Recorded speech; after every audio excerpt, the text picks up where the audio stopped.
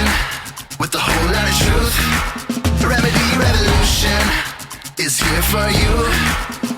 Ooh. And now here's your host, Erin Page. Welcome to the Remedy Revolution podcast. My name is Erin, and today's guest is somebody who I had the pleasure of meeting actually socially first, which was really exciting. She is a intuitive and spiritual coach, somebody who works with some amazing women, and I'm really excited to have her on to have some conversations about something that we don't often talk about here on the podcast, which is our spiritual health and how that impacts our physical state as well. So thank you so much for being here. This is Amanda Marit. Hi, Erin. Thank you so much for having me on the show. I'm so excited. Absolutely. So tell us a little bit, first of all, how did you get into the whole coaching world, and what was that journey and transformation like for you from the beginning to where you are now? Yeah, I love when I get to reflect on this story because it reminds me of the transformation and the process of growth that we're all continuously going through. And it's a never-ending journey, but it's fun to reflect back on the beginning of this because this story is, to me, kind of wild. So I was climbing the corporate ladder, and this was back in 2012. I had a spiritual awakening. And just for those of you as you're starting to listen to know a little bit more about the work I do too, so this makes a little bit more sense. So I do a lot of intuitive and transformational and success work, but more on the spiritual energetic, success energetic side for top leaders, even some public figures, entrepreneurs. And then I also train coaches to do the work that I do. So I have my own certification that I've had for the last 6 years. And so it's been a lot. So you can imagine there's been a lot to get me to this point. And back in 2012, I mean, I was always fascinated with angels, actually, always, even through college. And I was fascinated with the unseen world. I went to a bunch of intuitives and, I was just always open to seeing that there could be something more beyond what we could see with the physical eyes. And that fascination really kind of stuck with me throughout the years. And, back in 2012, I was a few years into my corporate career. I was in corporate staffing and climbed the ladder really fast to leadership and management. But something was missing inside of me. Like I felt like my dating life was a hot mess. I was successful in my career, but I felt empty. And me always being this sensitive being that I am, highly intuitive, which I didn't even really know for most of my life that I was highly intuitive and sensitive and could feel all the emotions, not just of my own, but the world, and so I kind of went into this depressive state, to be honest with you. And on paper, it looked like everything was going really great. I was walking in my pencil skirts, all dressed to the nines down my corporate halls, and something was still missing. And it kind of sent me down this journey. And meanwhile, as I was praying to God and just questioning things in my life, getting ghosted by another guy, thinking like, why is everyone else in these relationships? I feel like I have my shit together. Mm-hmm. Why not me? And it caused me to seek for answers. And because I hit a breaking point and I had to do something about it. And so rather than just wallow in my own emotions for any longer, I decided I'm going to get up and go to the bookstore. And I remember coming home with a stack of spiritual books, all sorts of different books, Wayne Dyer, Louise Hay, Law of Attraction, books on angels. And right around that time, I went to a party, actually. Almost didn't go, by the way. And thank God I did. One of my really good friends, it was her dad's 60th birthday party. And I almost didn't go. All of our friends were going, though. And I pushed myself to go. And there's a woman there that was a family friend. And she looked at me, we're having a conversation, and she's like, "You're a light worker. That's why you've always felt different." And I burst into tears. We went to the back of the house. It was at a house. I cried all night. It was like the biggest weight lifted off my shoulders. It was like tears were actually a remembrance. Mm-hmm. That I was different, felt different, sensitive for a reason. I'm going to cry like just thinking about this now. And I remember cried all night long. We went out. I remember we went bar hopping. I couldn't even think of anything else. I had to go home. And the next morning I woke up and something changed inside of me that day. And I went even deeper into my spiritual work and really realized that, you know what? The reason why I was attracting all of these half-hearted relationships and all this ghosting was because I wasn't valuing myself, because a woman who values herself doesn't stick around for those types of relationships. She doesn't accept crumbs. And a switch went on. And it was like, oh my gosh, I created this. So that means I can uncreate this and create something else. And I became obsessed. And then I started a spiritual blog early 2013. Like, if you know me, I'm like, let's take this and let's run. So I was having all these breakthroughs. I'm like, I'm going to start my own blog just for fun. And in my corporate cubicle was writing blog posts when I probably shouldn't have been on my lunch breaks at any moment. And, that blog led to me giving the cliff notes, because this is so long of a story, but taking it to Instagram. And then people started asking how they could work with me. In 2015, I took my first paying client.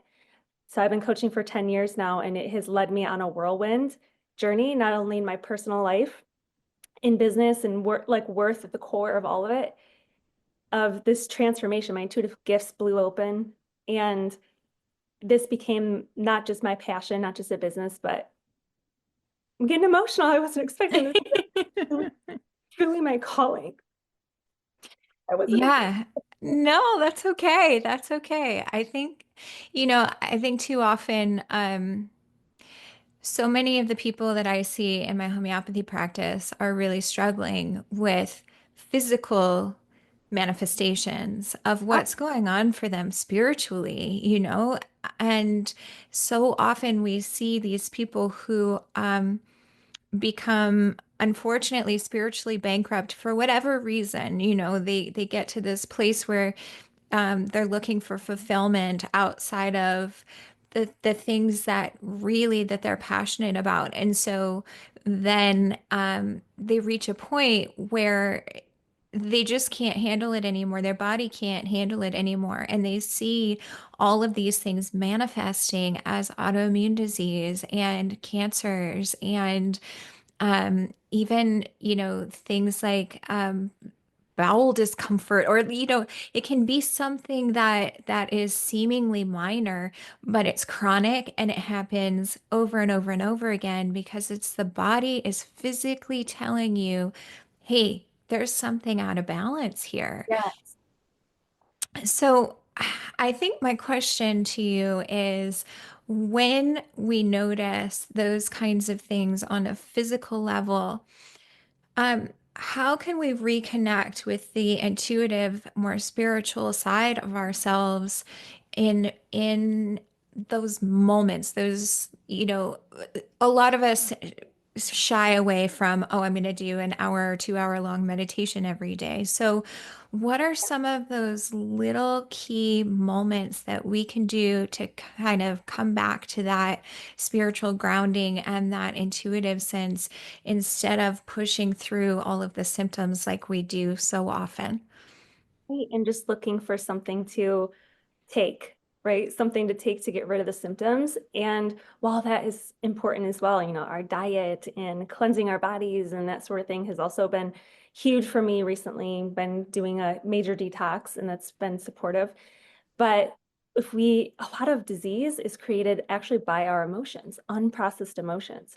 And that's one of the most important things to any sort of transformation or healing journey, is because a lot of us, and I would assume, Erin, because you're so gifted and intuitive and talented and open, you probably attract a lot of people who are on that same vibration in a sense. They're sensitive as well. And one thing I keep getting is maybe a lot of people, or some listening to this, have carried a lot of other people's emotional pain.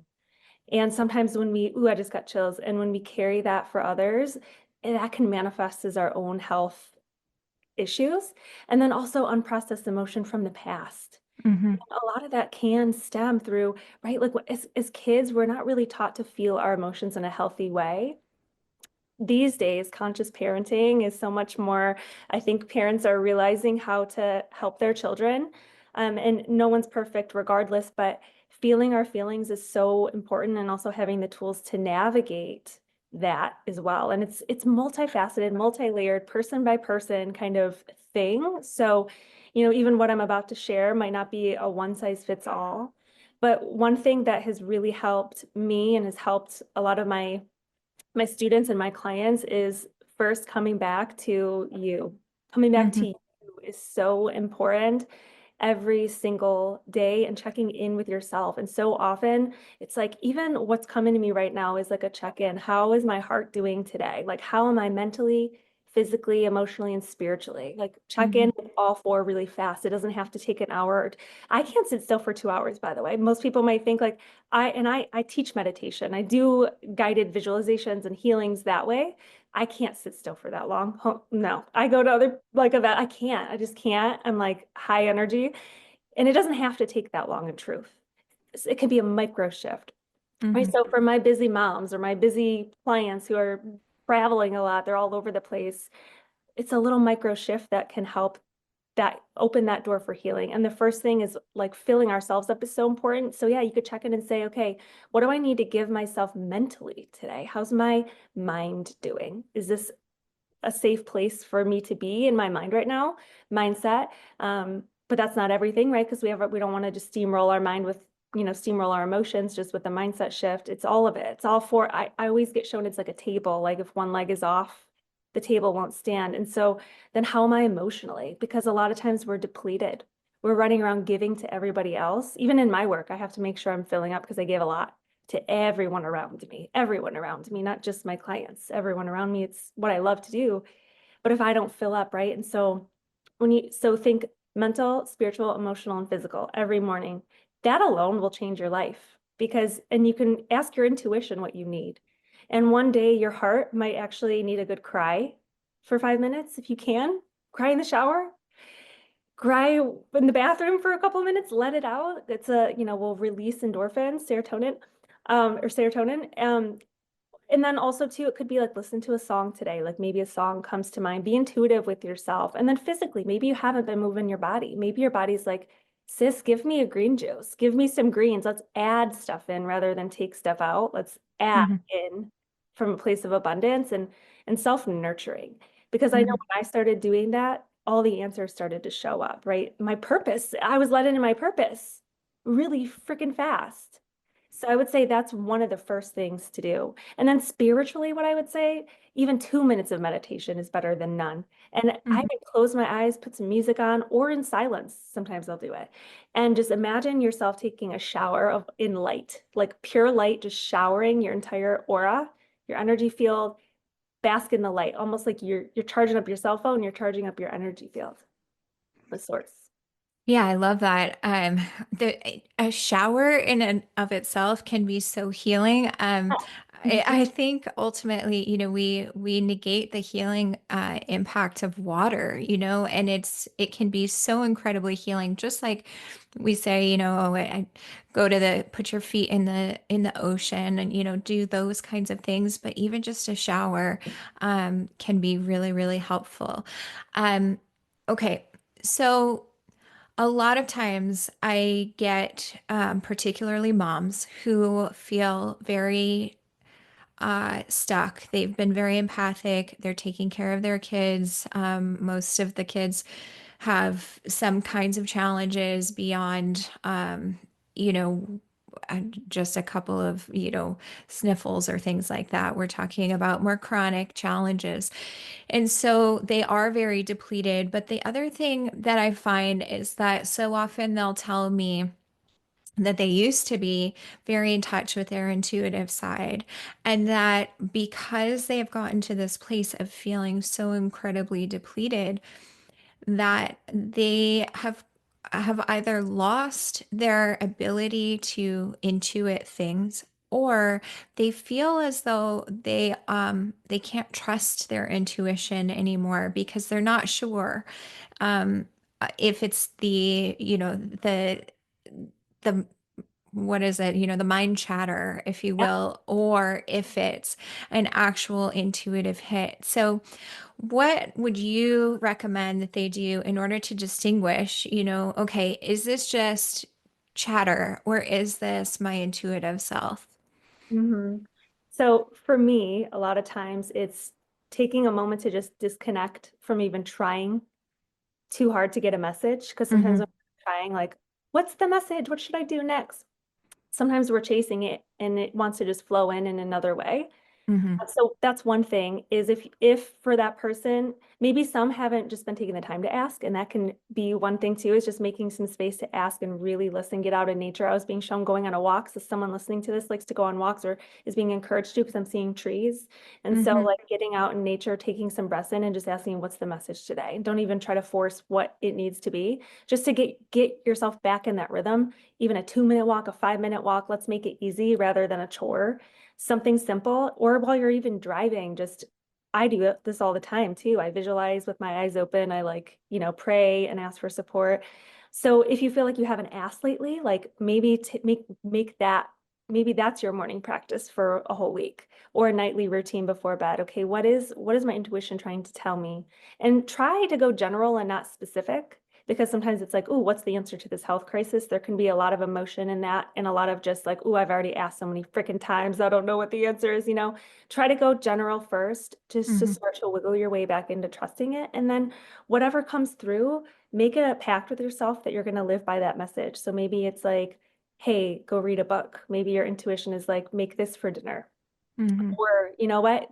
I have been getting guidance, like add more, I don't know, this is random, but I needed like to add a turmeric into my diet or something. I get things like that. Yeah. So take action on that immediately, because that will start to gain trust again with your intuition. And then also too, like if you feel, because I've had this, I went through a health thing last year, and the more I kind of asked, what's the issue? What's the problem? What's the issue? And I was chasing after the problem. I couldn't allow the answer to be like given to me. Mm-hmm. And so I also asked, please show me very clearly. I'm ready to know like what it is for me. I had parasitic infection last year that I had die off happening, and I didn't know. Like I was taking a lot of herbs and I didn't realize I was like having we all have parasites, right? So like that's a whole story in itself. And so Yeah. that came through actually a friend of mine who messaged me. Mm-hmm. Mm-hmm. So like I wasn't emotionally stable enough for me to get the answer at that point because I was going through crisis, right? So Mm-hmm. sometimes just staying open, and when you're asking to be shown some things, it can come through a person, it can come through a song, it can come through a billboard, a text message, anything. So if it's something like that, ask and stay open. Mm-hmm. Mm-hmm. Yeah, I mean, so often I think it's really just about the noticing. Um, when you are able to open your eyes truly and observe what's going on around you. I have an interesting story about that. I was in a training at one point, and this woman had said to me that she wasn't able to eat anything with any seasoning on it, salt, pepper, any kind of seasoning at all. And I said to her, well, what happened right before that happened? Because it hadn't been her whole life. It had only been, a year or something. But I mean, how horrible. She couldn't ever eat out anywhere because everything has salt and pepper on it pretty much. And so I, uh, eventually I was reading a book one night, and a couple days later, I turned the page, and I don't even remember what I was reading, but it said something about penicillin. And I don't know, a light bulb went off in my mind. I went up to her the next day and I said, hey, did you by chance have penicillin before this whole issue started? And she said, actually, yes. And so I detoxed her from penicillin, and she never had the issue again. So Wow. things like that, I think, when you're just open to receiving messages in the most unconventional ways, that's oftentimes when the most intuitive things really start to pop up.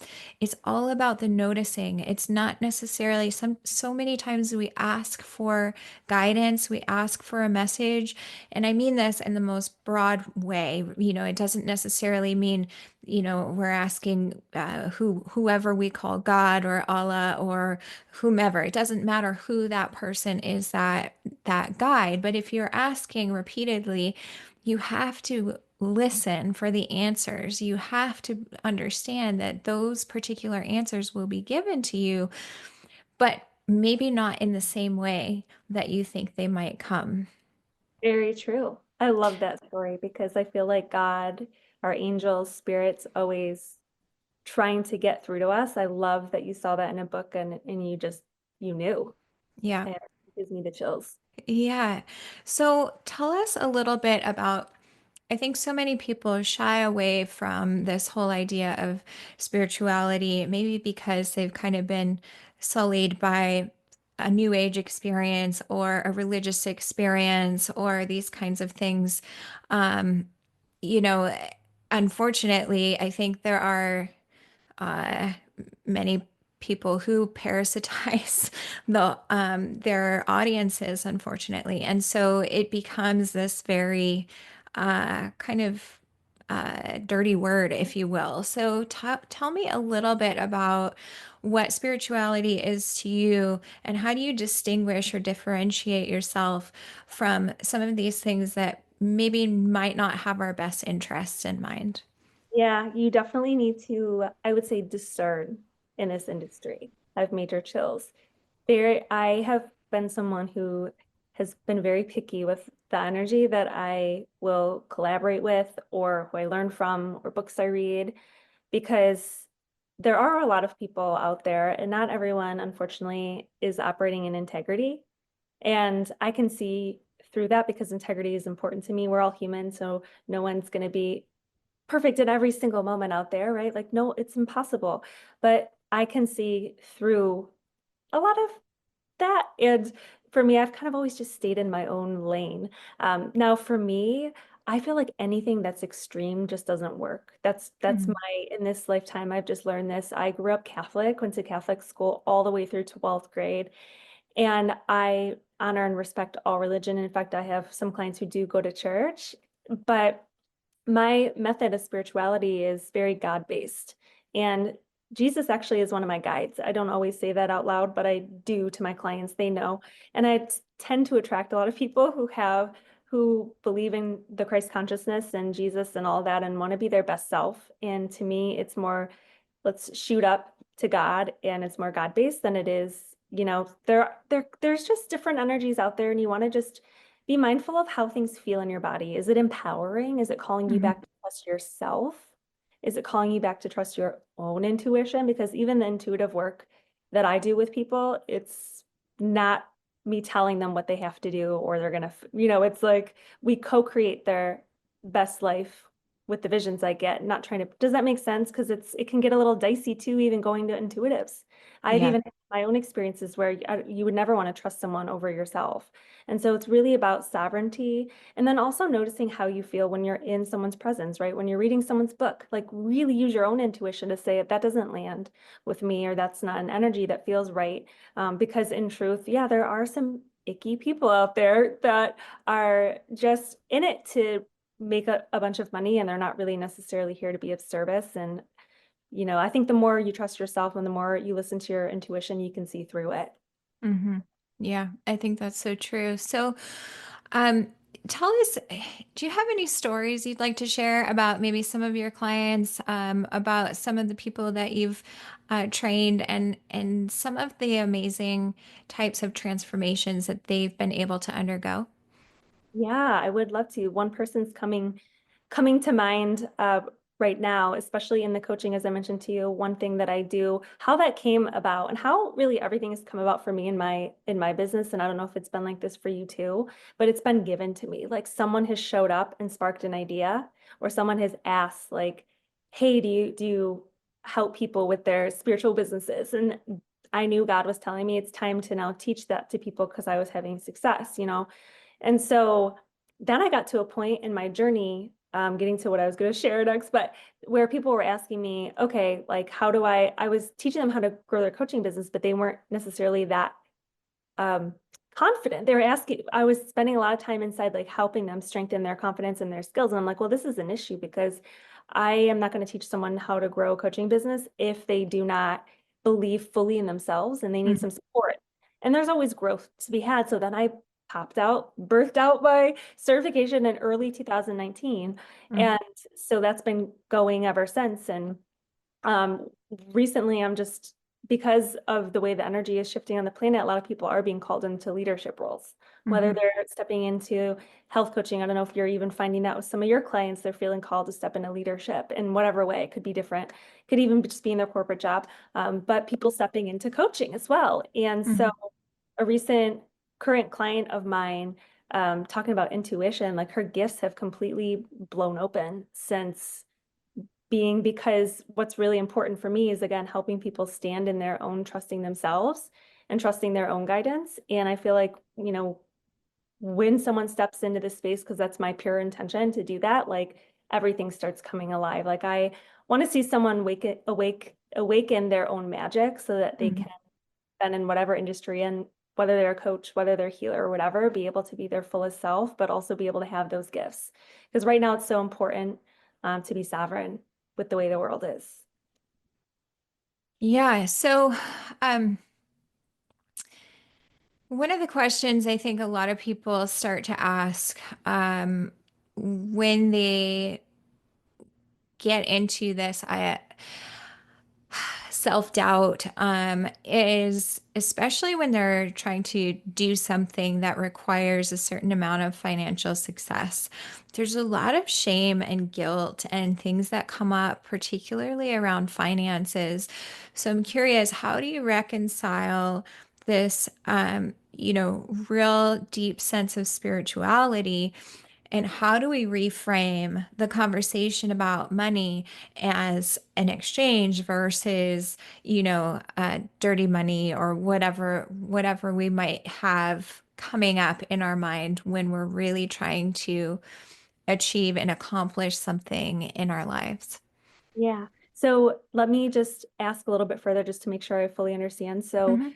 like when someone's growing a business or putting themselves out there for a job or something like that, like not feeling shame around receiving money for their gifts, more of that. Right. Yeah. Exactly. Yeah. Exactly. I know that can be really sticky. And I just saw like a white flash, like an angelic presence out of the corner of my eyes as they're saying this. So it's Hmm. understanding too, a lot of this shame that comes up is not necessarily ours. Hmm. And when you think about it, everyone out there, whether it's a job or a business, everyone's getting paid to do something in the Right. world. And I always remind myself, because the clients that I get to support, they're excited. They're excited to pay. They're excited to invest. Is everyone going to be excited to pay and everyone ready to invest? Are people going to have some sort of judgment about whatever it is? Depending on the level of consciousness of the person, where they're at financially, their own belief system, their own shame around money, yes, when that can happen, right? Judgment's going to happen. And so not being afraid to put yourself out there. And if you feel called to price yourself in a certain way, remember that I always tell my clients this: there is a car at every price point. There's a house at every price point. There's someone to serve at every price point. And sometimes along the way, when you feel guided to, like, for example, like my one-on-one is a premium these days and I run groups, Hmm. but I have things at all different price points for people. And it's not because it's greedy, it's because that's just how I'm being guided to run my business, right? And Sure. there doesn't need to be an explanation around that. And then you'll call in the right people for whatever it is, and knowing that, especially too, if you're offering a lot of free stuff and stuff at all different price points to be able to serve people, then really truth, just letting go of the shame, right? Because in truth, there are people out there who charge even a $500,000 a year for coaching with happy clients. Hmm. I Hmm. know people like that. So it's just understanding that it depends on who you're asking, and also just making sure you're following your own intuition. And then also too, when you really do believe in your own pricing and your own rates and your own worth of your work, and you kind of like let go of other people's opinions, because remember, there's 8 billion people in the world, so someone else could value you at a different level. Like, here's a good example too. In my corporate job, before I ended, I was there for 7 years, climbed the ladder, held all these leadership roles. When I left, they said, Amanda, do you know you're making almost double than what other people in your role are making? Hmm. Yeah. I said, yeah. I was manifesting it, and you know someone saw my value at a different level, right? And I was Hmm. really, truly valuing myself. I worked hard. I put the effort in. I was really good at what I did. Like, my heart was really in it. And so that's just an example. When we value ourselves, other people will start to value us a little bit differently. And it's not Hmm. right, wrong, good or bad. And yeah, you kind of have to just let go, because um, sometimes there's just lack programming in the world, but also on top of that, there's clients at every price point. So it's not good, bad, right, or wrong.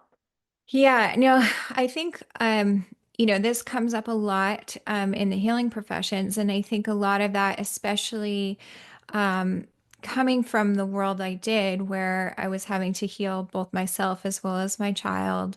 Um, there was a lot of conversations around, oh, well, everybody, you're charging too much or they're charging too much or this or that. And you should just give away your expertise for free and all of these things. And I remember feeling a sense of imposter syndrome, I think, towards the beginning because I was thinking like, wow, I know how difficult it is and how, much of a struggle it is as a parent from, that side of things. So, maybe they're right. Should I, maybe I should, give them everything that I have. And ultimately, I think I finally got to a place where I had to realize that no, I mean, people are asking me these questions because they value what I have to say. And until I start valuing what I have to say, and, putting a price tag on it because we've all got to do that at some level in order to survive in this, structure of a world that we currently exist in. That is really what shifted things for me, and I'm still moderately priced, but I feel like that really helped me to gain clarity that there were so many people who were looking for what I had to offer, for the experience that I had, and all of the things that I had gone through. Um, both personally as well as, professionally. So I think that's a really important point. Yeah, For, it is. There's one other thing I yeah, wanted to say on that yeah, too. And sometimes it's just depends what room you're in because there can be someone we've had, even back-to-back calls for my certification. I'll be so open and honest about this. We've had back-to-back calls when people were interested in my cert and someone saying, oh, I could never afford something like that. And then the next person say, I thought you were going to be charging more. mm-hmm, mm-hmm, Back-to-back conversations. And there's nothing wrong with a person that thinks that's expensive or high. There's no judgment on that, but it just is what it is. There will always be different people who are at a different place. And this is why we have like other, again, opportunities to support people in different ways that may, but your right, one to be a premium. And what, sometimes I randomly will do single sessions, like, okay, 10 spots at a really special rate for people that typically like, I don't do single sessions normally. So some of sure, them, I'm like, this sounds really fun. Plus I feel intuitively like people would want this right now. So yeah, who wants this? And then randomly I'll put stuff out there like that too. But you also have to think of your energy, your time, and from a business standpoint, like you have a lot of other things on your plate. You have children as well to look after, and you can't overgive and pour from that cup. And I feel like the more, again, the self-value thing, when it comes back to that, sometimes it's a small tweak and just, wait a second, no, this is highly valuable. And mm-hmm, then when you do that, you'll attract all these people that mm-hmm, also that's easier for. yeah, yeah, absolutely. Okay, so I happen to know that you are also interested in astrology. So tell me a little bit about that side of you, and does that play a role in your coaching business as well? I dabble a little. Hmm. For a while, I didn't touch it at all, Yeah, actually, until maybe like a year ago.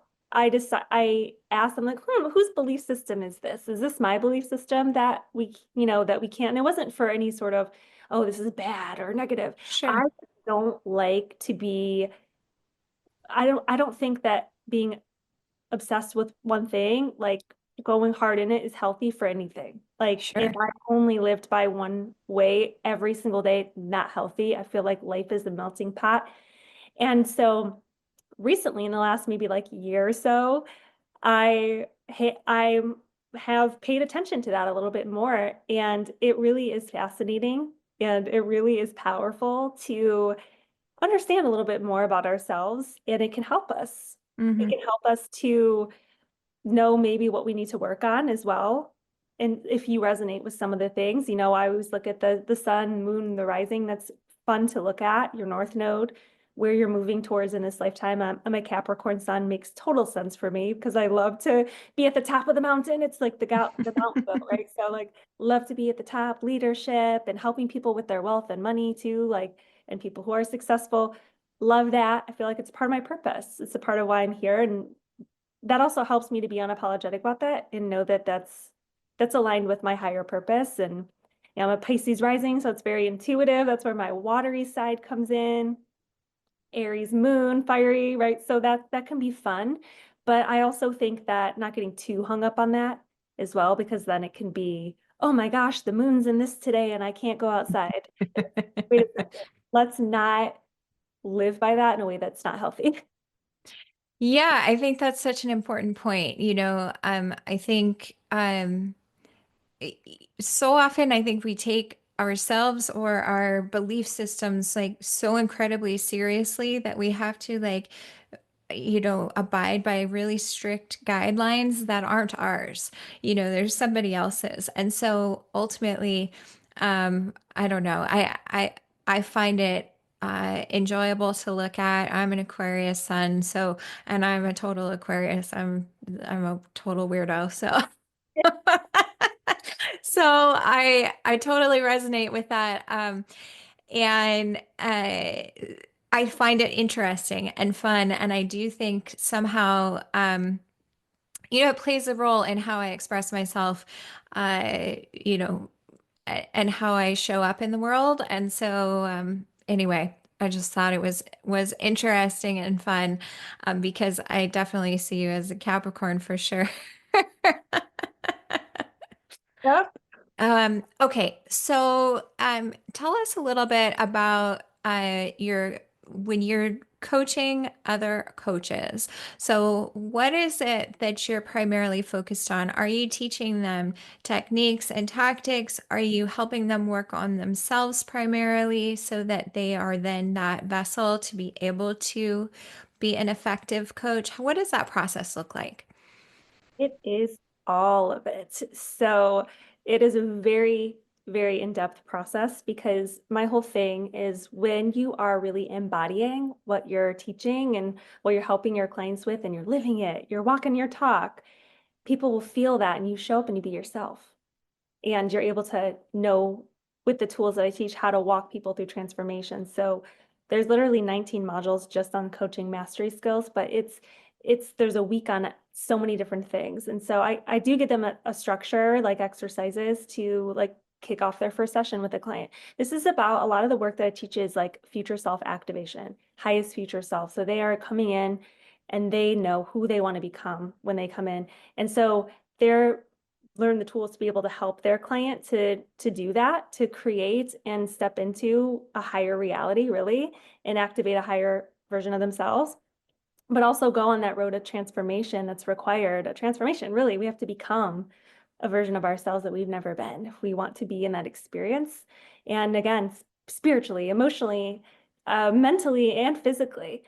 So so it starts off with a kickoff and they are doing personal reflection. So they're not only learning exercises and tools, but they're doing them themselves. So every week there's reflection for them to anchor in. So there's a week on the masculine and feminine energy, right? And healing from the past. There's the whole masculine healing with relationships with men. Like there's a whole week on that. Like we go really deep into, there's a week on sacred geometry and like the more esoteric stuff of working with energy for healing. And there's a whole intuition toolbox, awakening their own gifts.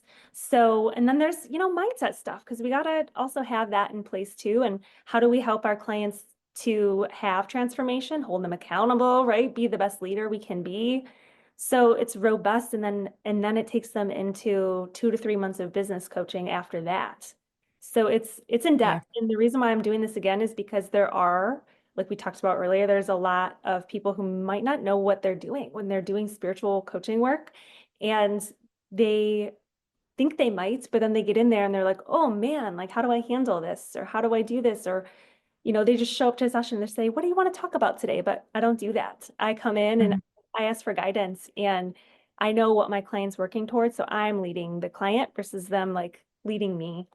Yeah. that way they're going through change. So yeah, it's definitely in depth. It's something that I created and have just been perfecting over the last 6 years. Mhm. So often, I see a lot of women, myself included, who have really had to step up into a masculine role and not necessarily by choice. They are really forced into that role because they don't have the support around them to be able to handle all of the things that life throws at them. A sick kid, for example, when you're dealing with those kinds of issues, a lot of times we have to get very in our masculine. And so, a lot of the women that come to me, a lot of the moms that come to me are really struggling with this sense of reconnecting with the feminine. In fact, I just had a client the other day and I said, if you were to imagine your ideal scenario, what would that be? And she said, oh, well, I want to be able to be physically strong and I want to be able to handle, her son is older, to be able to handle any of his behaviors and, physically, and I want this and that. And I said, wow, okay. I said, well, there's nothing wrong with wanting to be, physically healthy.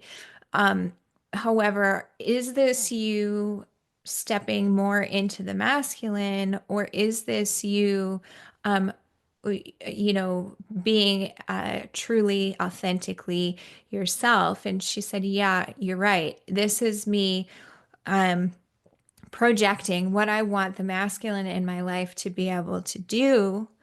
And so I'm trying to fill that role. So, how do we balance this masculine and feminine energy?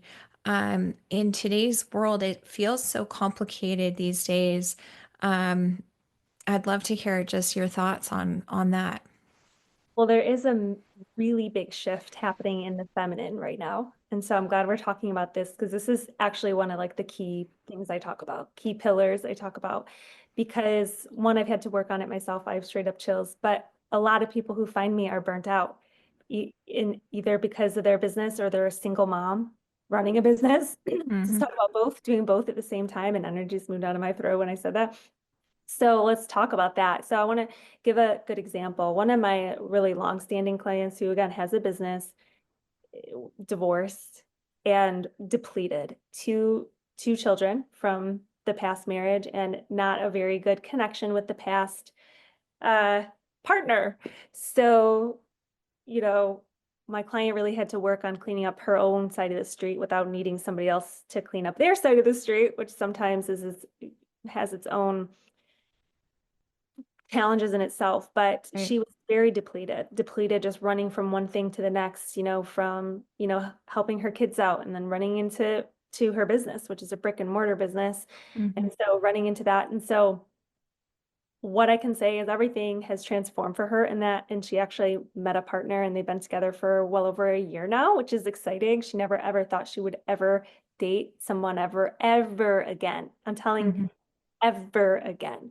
And Yeah. so this is chipping away at a process. This is a transformation in itself. But one by one, we worked on her keeping her heart open, even when she wanted to shut it, even to her employees and even to work and really making time for her to receive and just trying to micro moments of I'm gonna pause and let myself receive.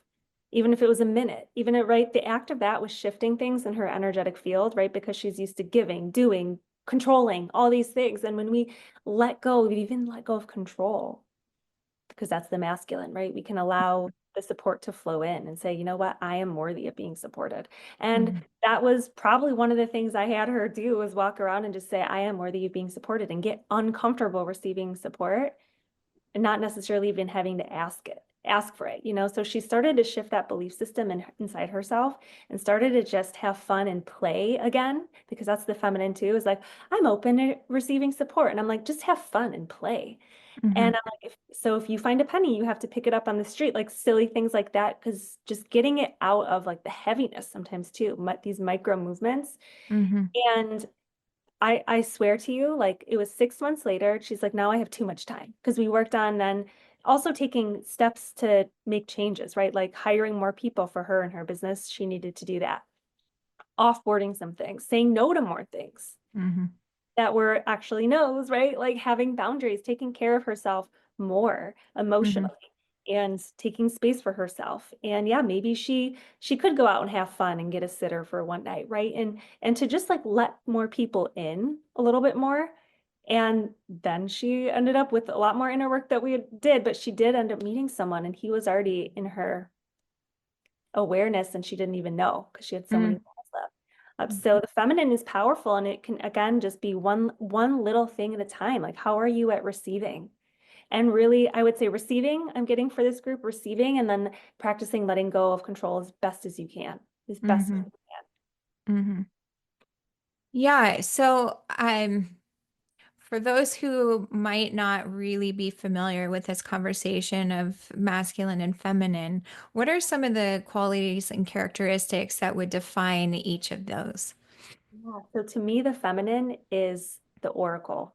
She is playful, she's powerful, but she's that queen energy. Like I'm here to wake up the feminine queens. There's many different feminine archetypes, but the feminine queens, those who embody this radiance and this self-worth that's not loud or boisterous or I'm better than you or manipulates men or manipulates other people. Like she's just open heart, working on herself, right?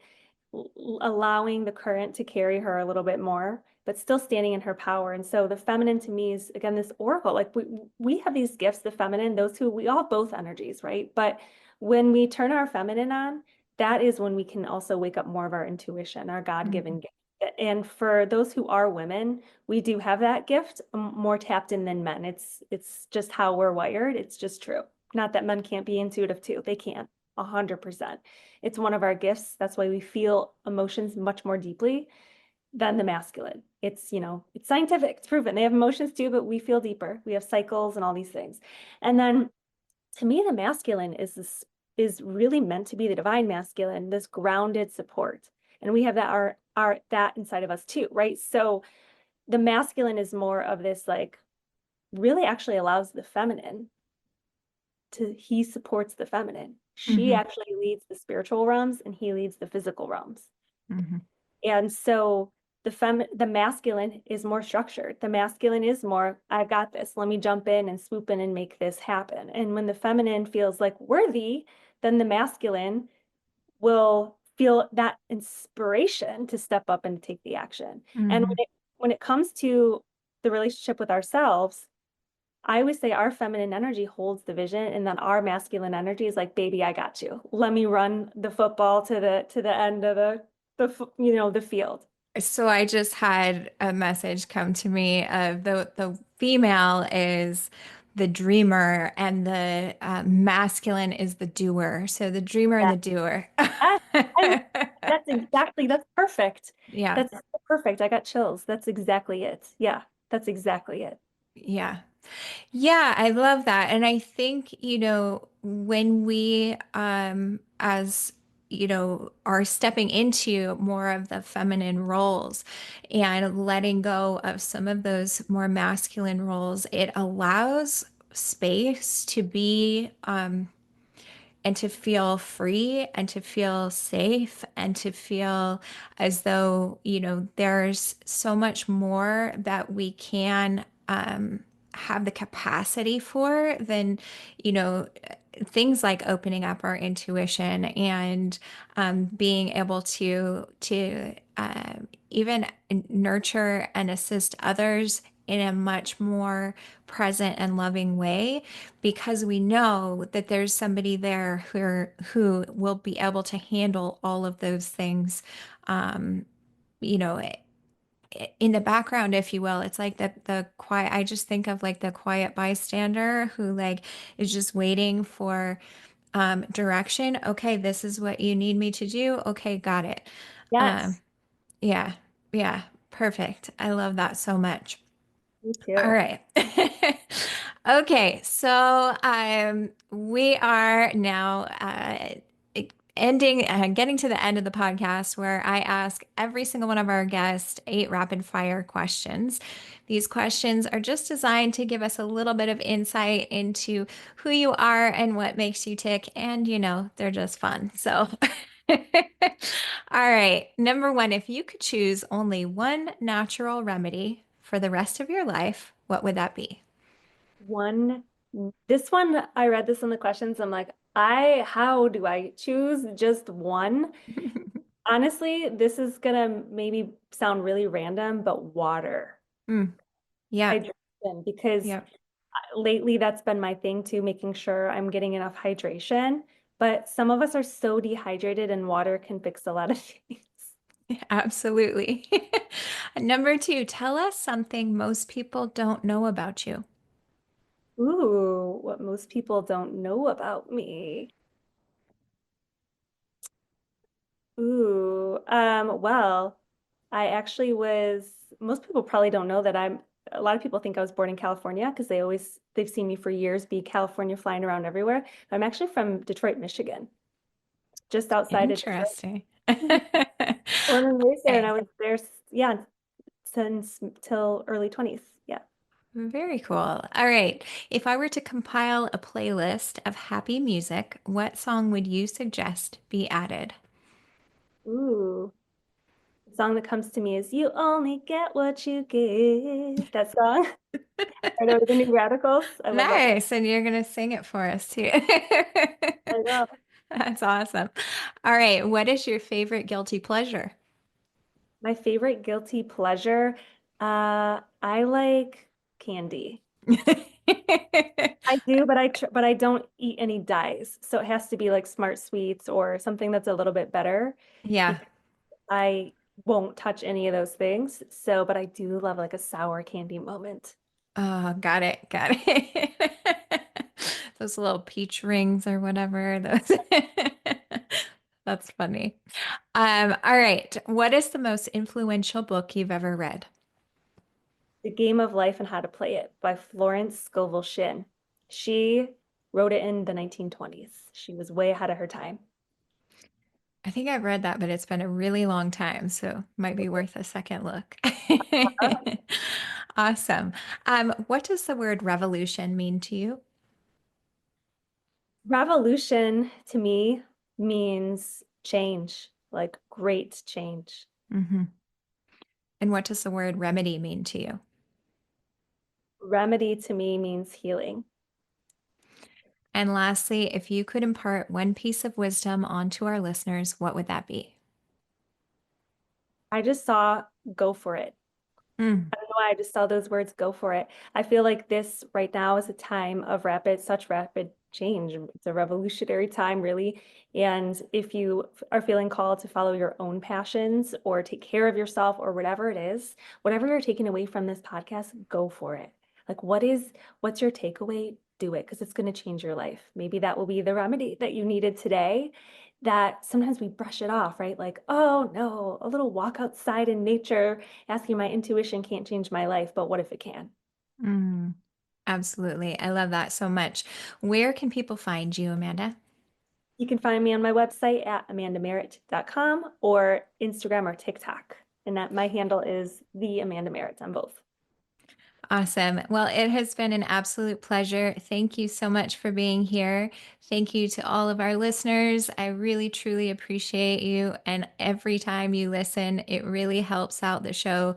Please share this with your friends. It's absolutely free to you, and it's really, really helpful for us. So thank you so much, and we will see you next time. Take care.